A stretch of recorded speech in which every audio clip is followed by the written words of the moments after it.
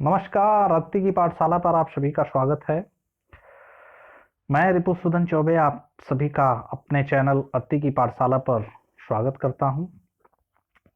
आज हम पढ़ेंगे growing the middle class envisaged end the privilege, यानी मिडिल क्लास का जन्म होना और पुरानी परंपराओं का या पुरानी जो मान्यताएं थे उनका समापन होना। इसके बारे में क्लास 9th के इस वीडियोस में, हिस्ट्री के इस नेक्स्ट वीडियोस में हम अध्ययन करेंगे, स्टडीज करेंगे। चैनल पर नए हो तो चैनल को सब्सक्राइब कर लीजिए, बेल आइकन को प्रेस कर लीजिए ताकि आपको नए नए वीडियोस की नोटिफिकेशन मिलती रहे। तो चलिए देर न करते हुए वीडियो को शुरू करते हैं। इन the past, peasant and worker had participate in revolt against the increasing tax and food scarcity। कह रहा है कि पहले यानी बीते हुए समय में या बीते हुए पास्ट में जो पीजेंट और वर्कर्स थे उन्होंने ज्यादातर फ्रांस में जो रिवॉल्यूशन किया यानी जो आंदोलन किए, आंदोलन में जो भाग लिया वो टैक्स इंक्रीजन और फूड स्कैसिटी यानी भोजन के अभाव और टैक्स के बढ़ने के कारण लिया। But they lacks to be means and the programs to carry out full scale measures that would bring about the change in society and economic order।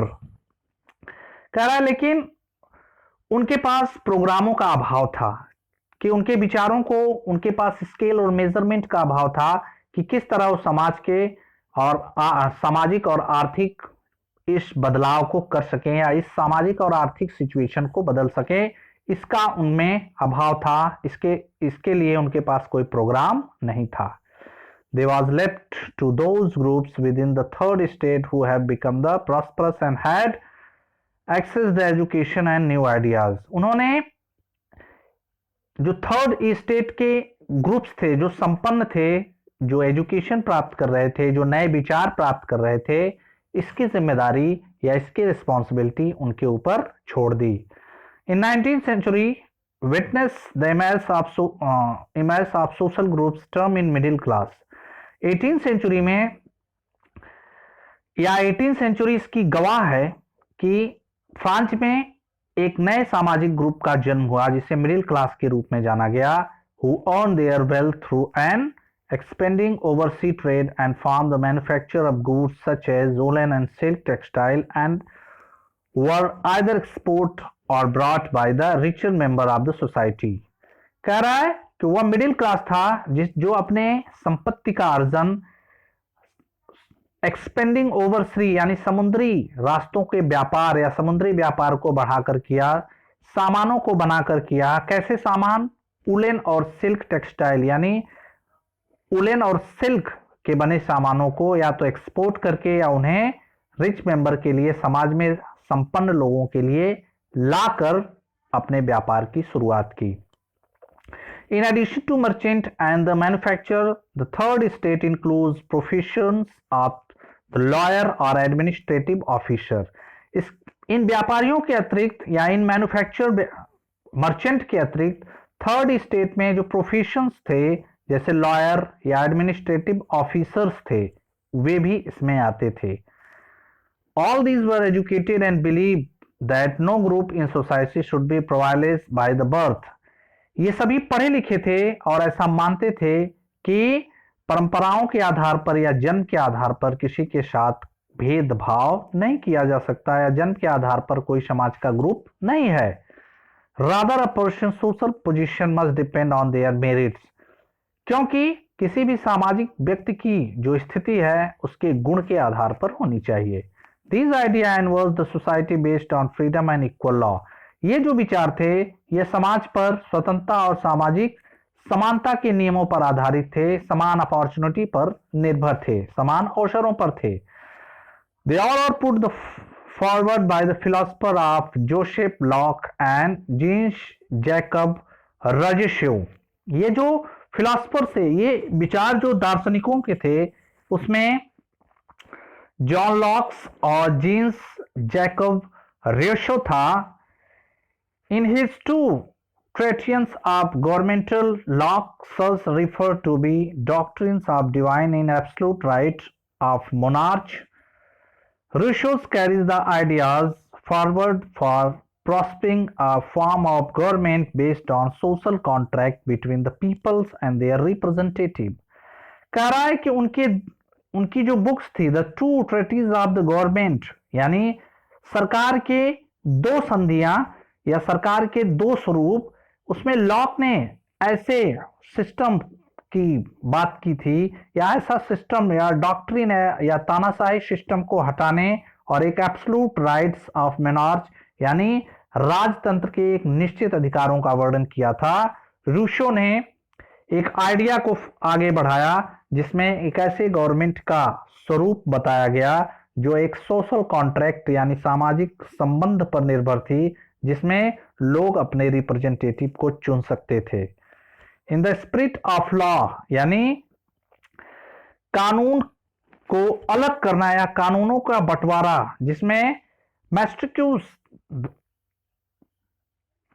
propose the division of power within the government between the legislative, executive and the judiciary। कह रहा है कानून के बंटवारे में जो मैस्टिक्यूस था उसने लेजिस्लेटिव, एग्जीक्यूटिव और जुडिशरी में गवर्नमेंटल पावर के डिस्ट्रीब्यूशन की बात की या डिवीजन की बात की। The model of government was put into force in the USA. यह मॉडल जो था वो जबरन यूएसए में लागू किया गया या इसे जबरन इस मॉडल को यूएसए पर थोपा गया।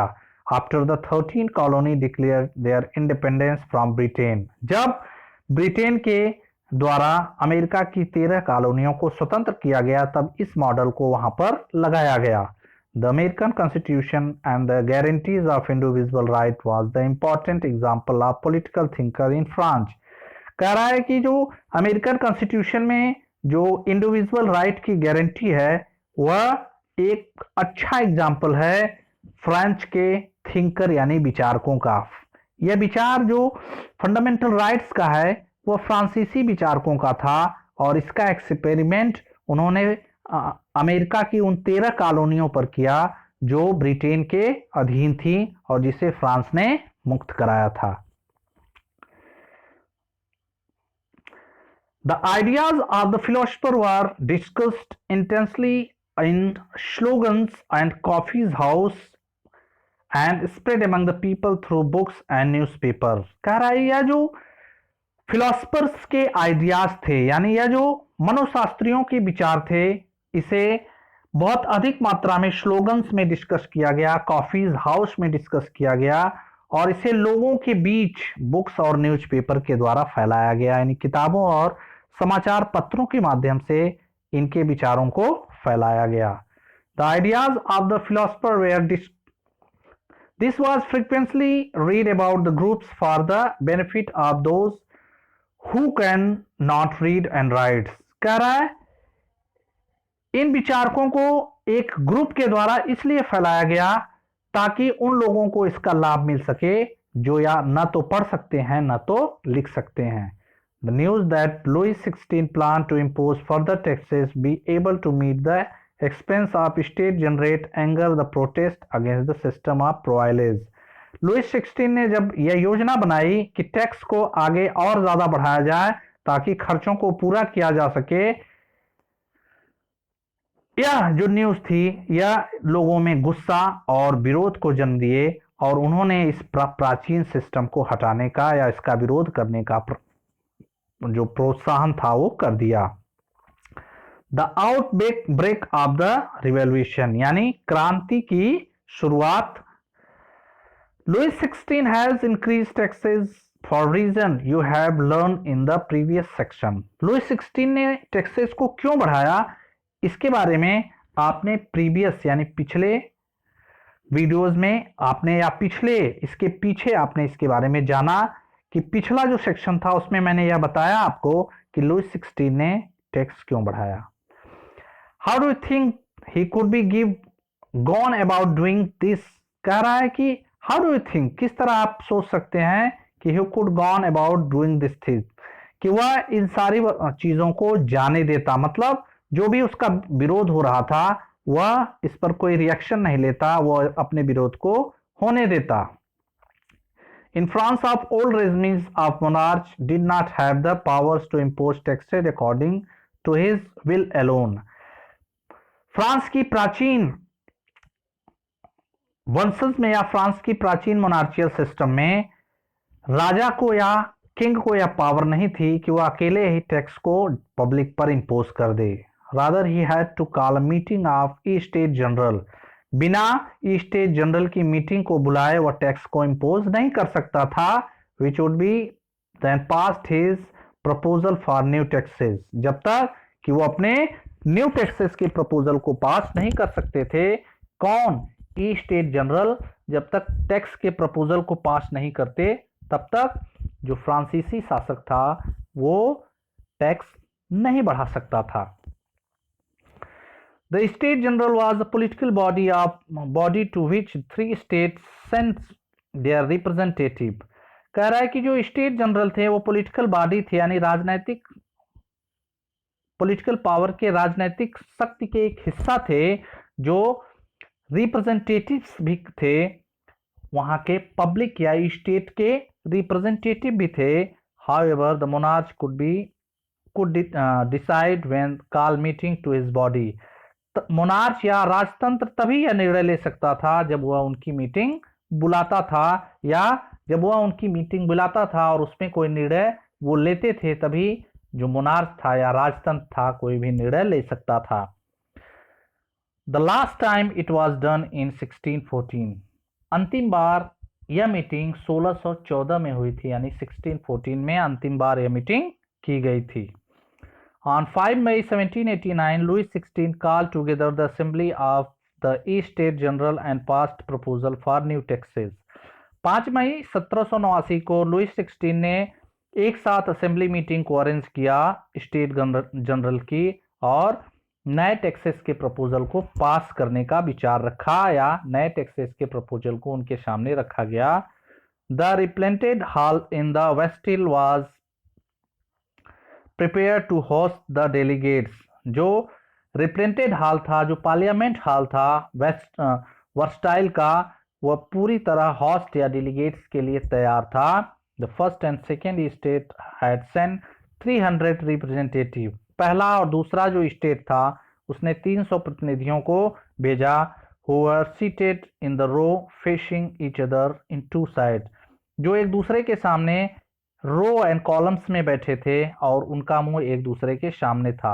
while 600 member of third state had stand at the backs. जबकि 600 मेंबर जो तीसरे स्टेट के थे वह उनके पीछे खड़े थे.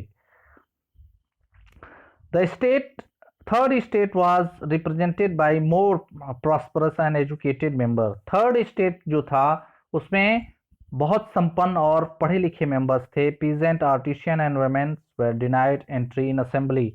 किसानों, कलाकारों और महिलाओं को असेंबली में एंट्री देने से मना कर दिया गया. However their grievances and demand were listed in some 40,000 letter which representative had brought with them. इसीलिए उनकी मांगे और उनके जो सुझाव थे वह 40,000 पत्रों के माध्यम से उनके रिप्रेजेंटेटिव के द्वारा लाए गए थे. Voting in the east state general in the past had been conducting according to the principal of each state had 1 vote. Voting जो पहले स्टेट जनरल में पहले होती थी वह सिद्धांतों के आधार पर होती थी. हर स्टेट जनरल का एक वोट होता था. This time to Louis XVI is determined to continue the same practice. इस समय भी लुइस 16 ने उस प्रैक्टिस को जारी रखा. But the member of third state demand that voting now be conducting by the assembly as whole, where each member would have 1 vote. लेकिन इस समय थर्ड स्टेट के जो मेंबर्स थे उनकी ये मांग थी कि वोटिंग को असेंबली में सबके लिए लागू किया जाए और हर व्यक्ति को एक वोट देने का अधिकार दिया जाए. This was one of the democratic principle put forward by the philosopher like Rousseau in the book of Social Contract. रूशो ने अपनी इस बुक सोशल कॉन्ट्रैक्ट में इस डेमोक्रेटिक प्रिंसिपल को रखा. When the king rejected the proposal, जब राजा ने इस प्रपोजल को रिजेक्ट कर दिया, the member of third state walk out in the assembly in protest. तो विरोध करने के लिए थर्ड स्टेट के जो मेंबर थे वो असेंबली से बाहर आ गए। The representative of third state view themselves in the spokesman for wholes। जो प्रतिनिधि थे थर्ड स्टेट के वो अपने आप को स्पोक्समैन या लीडर्स के रूप में रिप्रेजेंटेटिव कर रहे थे फ्रेंच नेशंस, फ्रांस राष्ट्र के। On 20 June they assemblies in the hall of indoor tennis court in the ground of Versailles. They declared themselves National Assembly and showed not to be despaired till they had dropped a constitution of France that would limit the power of the monarch। 20 जून को उन्होंने एक assembly hall जो tennis court में था, tennis courts के बाहर assembly hall के ground में वर्सटाइल के वो इकट्ठा हुए और उन्होंने अपने आप को एक नेशनल असेंबली के रूप में डिक्लेयर किया और यह प्रण लिया कि जब तक वो एक कॉन्स्टिट्यूशन फ्रांस के लिए एक संविधान का निर्माण नहीं कर लेते और जिसमें मोनार्च यानी राजतंत्र के पावर को सीमित किया जाए, यानी उन्होंने यह प्रतिज्ञा की कि वो फ्रांस के लिए एक संविधान का निर्माण करेंगे जिसमें राजतंत्र की शक्तियों को सीमित किया जाएगा। They were led to by Marbius and Arabic Shales। Marbius were born in the noble families, but he is convicted to need to do away where society is feudal privilege। मेराबियू जो था और अबिशेर जो था यह एक नोबल फैमिली में जन्म लिए थे और उन्होंने लोगों की ज़रूरत को समझा और इस फ्यूडल यानी इस मोनार्चियल सिस्टम को हटाने के लिए वो प्रतिबद्ध हुए या उन्होंने इसको हटाने का प्रयास स्टार्ट किया। He brought a generals and the deliver power speeches in the crowd assembly of Versailles।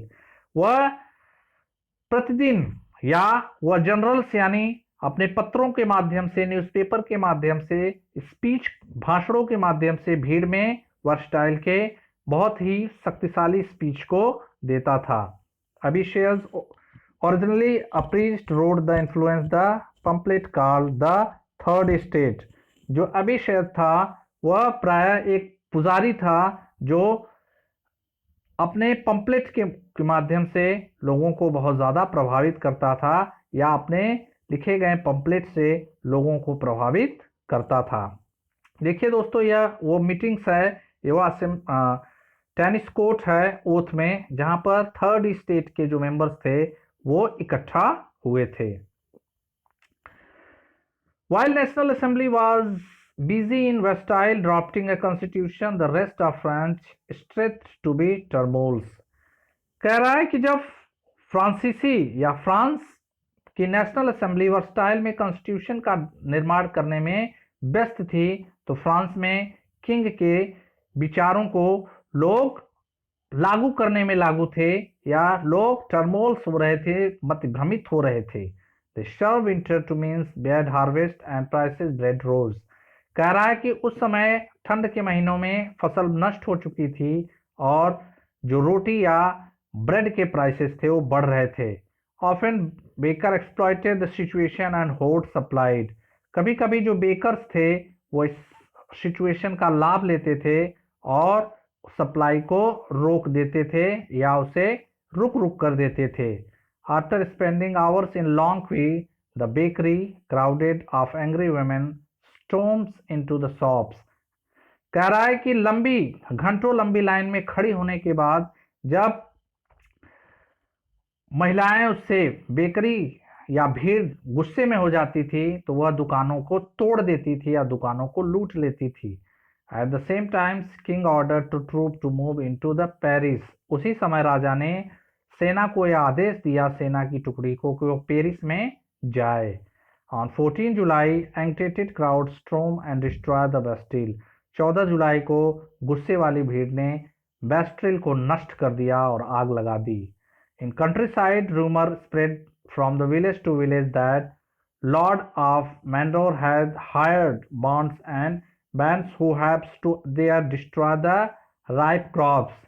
कह रहा है कि देश के या फ्रांस के आसपास के गांव में या गांव-गांव में यह खबर फैल चुकी थी कि राजा ने कुछ मैंडल्स को छोड़ा है menders entire constructing the lords landlord और मिशंस, यानी जो जमींदार थे उन्होंने फसलों को नष्ट करने के लिए या पकी हुई क्रॉप्स को नष्ट करने के लिए बैंड्स को छोड़ा है या बंधुआ मजदूरों को छोड़ा है। Catch the frenzies and fear peasants in the several district seize hoes and pitchforks to attract the chateaux. कह रहा है कि जिसके भय से कपकपाती ठंड में कई काश्तकारों ने रास्तों को जाम कर दिया, खेतों को घेर लिया और जो जमींदार थे उस पर अटैक करना शुरू किया। दे looted hoarded grains and burned down the document conducting records of menstrual dues। उन्होंने जमींदारों के घरों पर अटैक कर दिया, उनके अनाजों को लूट दिया, उनके द्वारा रखे गए कागजों को जला दिया और जिसमें उनके बकायों के हिसाब किताब थे। A large number of nobles fled from their homes means they migrate to neighborhood countries। जो ज्यादातर जो नॉबल्स यानी सामंत थे वो अपने घरों को छोड़कर भाग गए और आसपास के देशों में जाकर शरण लिए। Faced with the powers of revolting subject, Louis XVI finally acquired the recognition of National Assembly and accepted the principle that his power would be new on the base checked by the Constitution। कह रहा है कि इस revolt यानी इस विद्रोह की शक्ति से प्रभावित होकर या भय के कारण लुइस 16 ने उस नेशनल असेंबली द्वारा बनाए गए कॉन्स्टिट्यूशन को एक्सेप्ट किया, उसके सिद्धांतों को एक्सेप्ट किया और कॉन्स्टिट्यूशन में जो उनकी शक्तियों की चेकिंग का प्रावधान था उसे स्वीकार कर लिया। On the nights of 4 August 1789 the assembly passed a decrees abolish the feudal system and obligation of the taxes. 4 अगस्त 1789 को असेंबली ने एक ऑर्डर पास किया जिसमें फ्यूडल सिस्टम को हटा दिया गया, टैक्सेस और जो ऑब्लिगेशन थे उसे बंद कर दिया गया या उसे समाप्त कर दिया गया या उसे लागू नहीं किया गया। Members of clergy were to force to give their privilege. जो क्लर्जी के मेंबर्स थे उन्हें भी बाध्य किया गया कि वो इन मान्यताओं को छोड़ दें। Theft were abolished to the land owned by the church and conspicuous. Church के द्वारा लिया जाने वाला तीर्थ कर को भी जमीनों से हटा दिया गया और उसे पूरी तरह समाप्त कर दिया गया। As the result, the government acquired the assets worth to least of 2 billion lives, जिसके कारण सरकार ने लगभग 2 बिलियन लाइवर्स संपत्ति का अधिग्रहण किया। तो यहाँ तक आपको समझ में आया होगा। नहीं समझ में आया तो वीडियो को 1 से 2 बार देखें, 3 बार देखें, क्योंकि ये इतिहास है। इतिहास में घटनाएं एक दूसरे से जुड़ी होती हैं, तो इसको समझने के लिए आपको 1 से 2 बार इसको पढ़ना होगा, मेरी बातों पर ध्यान देना होगा, तब ये बात आपको समझ में आ जाएगी। वीडियो अगर अच्छा लगा हो तो लाइक करें, वीडियो अच्छा नहीं लगा हो तो डिसलाइक करें, अपने कमेंट हमें दें। चैनल पर अगर आप नए हो तो चैनल को सब्सक्राइब कर लीजिए, वीडियो को लाइक करिए, डिसलाइक करिए और पसंद आया हो तो शेयर ज़रूर करें। नमस्कार।